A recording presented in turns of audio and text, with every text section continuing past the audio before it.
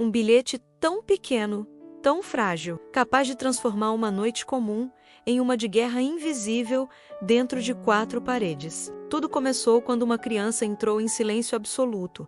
Não o silêncio de quem está em paz, mas o de quem está fugindo de algo que ninguém ali enxergava, aquele silêncio pesado. Aquele que você sente na pele antes de ouvir com os ouvidos. Nada nela chamava atenção à primeira vista. Apenas uma menina, talvez 8 anos, talvez 9. Difícil saber quando alguém carrega tanto peso nos ombros tão pequenos. Roupas rasgadas em lugares que rasgam não devia. Tênis sem cadarço. Cabelo que não via um pente há dias. Mas foi quando ela levantou os olhos, menos aqueles olhos que deveriam estar brilhando com esperança de criança a menos, que tudo ficou diferente. Neles havia algo que não deveria estar ali. Desespero puro e cru.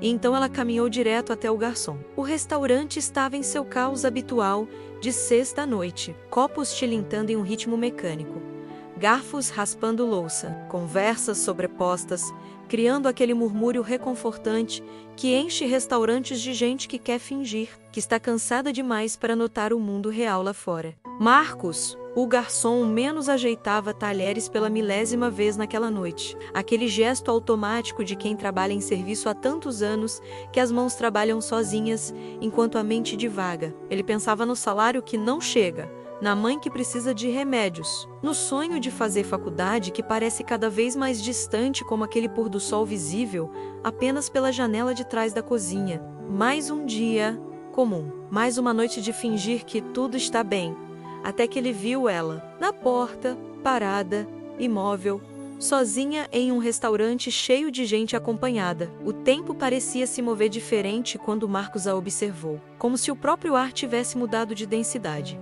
Ela deu 2 passos hesitantes, olhando ao redor com aquele medo específico de quem não acredita que tem direito a estar em um lugar. O tipo de olhar que você vê em animais abandonados entrando em uma casa nova. Seus olhos saltitavam de pessoa para pessoa, procurando o quê?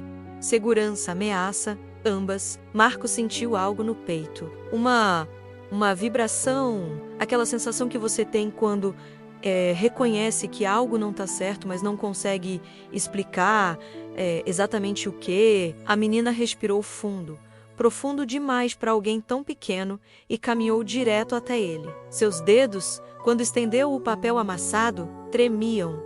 Não era tremor de frio, era tremor de quem carrega um segredo que pesa mais do que seu próprio corpo consegue sustentar. Marcos franziu a testa, abrindo a boca para falar alguma coisa reconfortante, menos aquelas coisas que adultos dizem para crianças.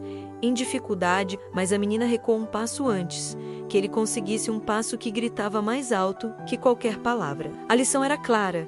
Ela tinha prática em recuar, em desaparecer, em tomar pequeno espaço no mundo. Marcos respirou fundo, abriu o papel com cuidado, como se fosse feito de vidro, e naquele instante, seu mundo inteiro mudou de cor. Mãos lendo palavras, cérebro processando o significado, alma sentindo o impacto. Minha mãe desapareceu ontem. Disseram que ela está neste restaurante. Preciso encontrar ela. Marcos engoliu seco. O papel caiu de seus dedos como se queimasse. Ao seu redor, o restaurante continuava seu ruído indiferente. As pessoas continuavam rindo. Os garfos continuavam raspando. Ninguém havia ouvido o que ele tinha acabado de ler. Ninguém havia sentido aquela pequena explosão de horror que estava acontecendo em seu peito. Mas para Marcos, o mundo inteiro havia parado. Ele olhou para a menina, realmente olhou, viu as unhas mordidas até sangrar. Viu o colar infantil pendurado no pescoço, um colar que deveria estar inteiro, mas estava quebrado em 3 pedaços, como se alguém tivesse puxado com raiva. Viu os pulsos. Deus, os pulsos, marcas vermelhas, profundas, o tipo de marca que deixa hematomas depois. O tipo de marca que significa que alguém a segurou menos. A segurou mesmo, com força menos, enquanto ela tentava se soltar. Marcos sentiu algo quente subindo pela garganta. Raiva, terror, as 2 coisas. Marcos se agachou ao nível dos olhos da menina. Colocou uma mão em seu ombro com gentileza, daquela forma que diz: "Você está segura agora sem precisar de palavras? Qual é seu nome?" A menina demorou para responder. Seus olhos se moviam entre a porta do restaurante, as outras pessoas e o rosto de Marcos. Sofia, uma palavra sussurrada, que parecia custar tudo. Tudo bem, Sofia. Tudo bem. Você não está sozinha agora. Ele disse isso para convencer a si mesmo, tanto quanto a ela. Marcos a levou até a mesa mais escondida do restaurante. Aquele canto que ninguém quer, porque fica perto da cozinha quente. Mas Marcos sabia que era perfeito. Longe de olhares, longe de ameaças, colocou um copo de água na frente dela. Sofia o agarrou com as duas mãos. Literalmente agarrou, e bebeu como quem tinha passado horas sem uma gota de água, como se o copo fosse o último poço de um deserto. Quando terminou, deixou o copo cair na mesa. Seus olhos fecharam por um segundo. Marcos trouxe pão, queijo, uma sopa que ainda estava quente. Sem pedir permissão, sem pensar em protocolos. Sofia comeu como se estivesse competindo com o próprio desaparecimento. Sofia, onde você estava antes de vir aqui? A menina parou de comer, engoliu com dificuldade, escondida, atrás da cozinha. Ouve vozes, ela sussurrou, menos minha mãe. Ela grita, mas muito baixo, como se não quisesse que ninguém ouvisse. Marcos sentiu o chão desaparecer. Tudo estava bem, tudo estava sob controle. Até que o gerente chegou. Paulo, seus 45 anos, seu uniforme de gerente que ele usava como se fosse uma capa de supervilão. Seus olhos que avaliavam tudo e todos apenas em termos de lucro e incômodo. Seus olhos que agora olhavam para Sofia como se ela fosse um inseto em sua comida. O que essa criança suja está fazendo aqui? A voz de Paulo tinha aquele tom que ninguém esquece, aquele tom que machuca, mesmo quando você não é o alvo. Marcos se posicionou na frente de Sofia. Uma ação tão automática quanto respirar. Ela está esperando alguém. Já sai em 5 minutos. Era mentira. Óbvio que era mentira. Mas era a mentira perfeita. A mentira segura. Paulo aproximou seu rosto do de Marcos. Tão perto que Marcos conseguia sentir o café da manhã de Paulo em seu hálito. Se isso me dar um único problema, menos uma única reclamação de cliente, você sai daqui sem nem ter tempo de pegar sua jaqueta. Ficou claro? Marcos fez que sim. Porque quando você trabalha por R$ 1.200 por mês e tem contas para pagar, você aprende a dizer sim, mesmo quando seu corpo inteiro grita. Não, Paulo saiu. Aquele tipo de saída que deixa a raiva flutuando no ar como fumaça. Marcos se virou para Sofia. Precisamos pensar em algo. E precisamos pensar rápido. Sofia não falava muito, mas cada palavra que saía de sua boca era como um pedaço de um quebra-cabeça horroroso se encaixando em lugar. Ela contou sobre a mãe que saiu para trabalhar ontem de manhã e nunca voltou. Contou sobre as ligações para a polícia, que aparentemente não conseguiram localizar a mãe no restaurante onde ela trabalhou durante 5 anos. Contou como, por coincidência, ela corria pela rua naquela tarde e ouviu a voz da mãe vindo de uma porta nos fundos do restaurante. Aquela mesma porta que Paulo sempre passa, sempre olhando para os lados, sempre apressado. Contou como conseguiu entrar pela porta de trás da cozinha quando Paulo saiu e como ouviu sua mãe gemendo em um cômodo. Contou como seguiu aquele som até uma sala pequena e escura, onde sua mãe estava. Bem, Sofia não precisava explicar o bem. O estado do colar quebrado no pescoço de Sofia era explicação suficiente. Marcos escutou cada palavra e, com cada palavra, sua raiva transformava em algo diferente. Algo mais firme, mais determinado, algo que parecia com coragem. Sofia, você foi muito corajosa. Você sabe disso? Marcos segurou o rosto pequeno dela entre suas mãos. Agora, você é corajoso também. Marcos pediu um colega que ficasse de olho na menina. Depois caminhou direto para a porta dos fundos.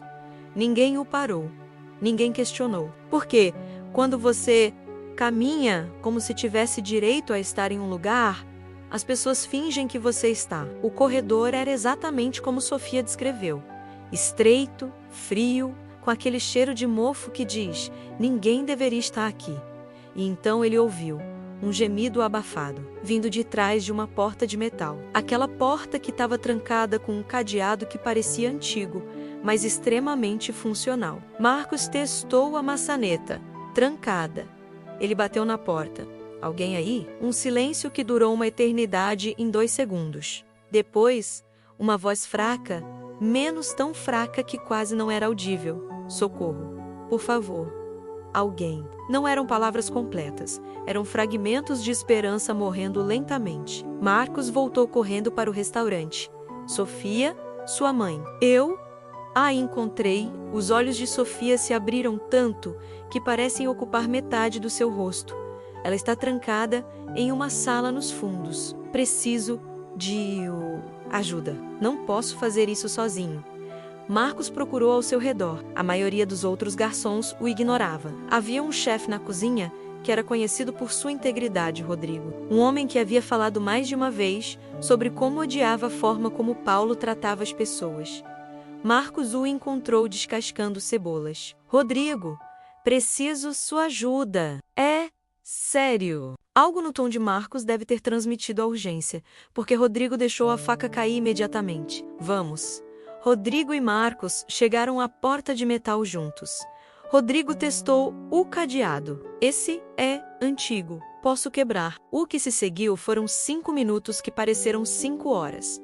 O som de ferramentas, o som do cadeado se quebrando. E por fim, menos aquele som de liberdade, menos a porta cedendo. O que viram do outro lado foi tudo o que precisavam saber sobre o que Paulo tinha feito. A mãe de Sofia estava no chão, amarrada, amordaçada, com um pano sujo, hematomas cobrindo seus braços e rosto. Seu olhar, quando viu Marcos e Rodrigo, o olhar de alguém que tinha perdido toda a esperança de ser encontrada. Sua filha te encontrou. Marcos sussurrou enquanto soltava as amarras. Sua filha foi corajosa. A mulher começou a chorar. Aquele tipo de choro que é mais do que emoção, é libertação. Mas esse momento não durou.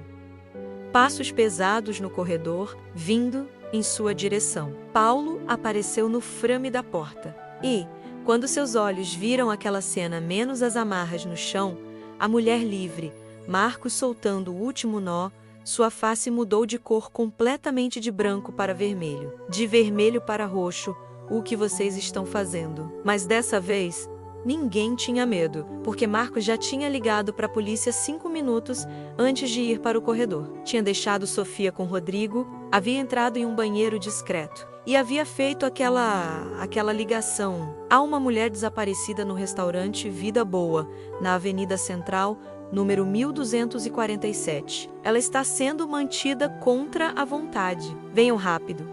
Então, quando Paulo tentou avançar sobre Marcos, seus punhos fechados, seu rosto transbordando de raiva animal, menos as sirenes já estavam se aproximando. E a primeira coisa que Paulo ouviu, antes de ser derrubado ao chão e ter as mãos presas atrás das costas, foi a voz de Sofia gritando: "Mãe!" A polícia chegou como chegam as polícias em situações dessas, com urgência, com autoridade, com aquela eficiência que tem quando violência está envolvida. Paulo foi levado em algemas enquanto negava tudo. Gritava injúrias e tentava convencer a polícia de que havia um mal-entendido. Ninguém acreditou, porque, depois que os policiais checaram a sala trancada, encontraram mais coisas lá. Documentos financeiros, dinheiro desviado, evidência de fraude que Paulo tinha feito por anos. A mãe de Sofia foi levada em uma ambulância. Ferimentos superficiais, disseram, mas trauma profundo. O tipo de trauma que leva tempo. Sofia não saía do seu lado, suas mãos pequenas agarradas na mão de sua mãe, como se ela pudesse sumir novamente a qualquer momento. Quando Sofia viu Marcos, seus olhos se encheram novamente de lágrimas, mas dessa vez eram lágrimas diferentes, lágrimas de alívio, de gratidão, de esperança retornando após tentar morrer. Ela correu para ele e o abraçou. Um abraço que pesava mais que seu pequeno corpo, justificava. Um abraço que carregava toda a vida que ela tinha vivido até aquele momento, todo o desespero, toda a coragem. Marcos a abraçou de volta. Fechou os olhos e, pela primeira vez naquela noite, respirou. Uma semana depois, Marcos estava saindo do seu turno quando Sofia e sua mãe apareceram no restaurante. Sua mãe menos magra demais, com hematomas ainda visíveis no pescoço, mas de pé, estendeu ambas as mãos para Marcos. "Você salvou nossas vidas", disse ela. Suas palavras eram simples, mas carregavam um peso que nenhum sermão poderia carregar. "Minha filha confiou em você quando poderia ter confiado em qualquer pessoa. Você justificou essa confiança. Sofia estendeu algo para Marcos. Era o colar infantil, ainda quebrado, ainda frágil, mas limpado, consertado o máximo que conseguiram consertá-lo. Para você, Sofia disse. Para você lembrar que às vezes as pessoas precisam de ajuda e que ajudar vale mais que ficar seguro. Marcos segura o colar em suas mãos. Olha para aquele pequeno objeto que tinha começado tudo e entende algo profundo sobre a vida. As pessoas não precisam de super-heróis. Elas precisam de pessoas dispostas a acreditar quando é fácil desacreditar. Pessoas dispostas a agir quando é fácil fingir que não viram nada. Ele segura aquele colar toda a noite quando volta para casa. Ele o coloca em seu espelho de quarto e todos os dias, quando o vê, ele é lembrado. Às vezes, o maior pedido de ajuda cabe em um pequeno pedaço de papel, mas basta uma pessoa menos, apenas uma menos disposta a ler, e o mundo inteiro muda.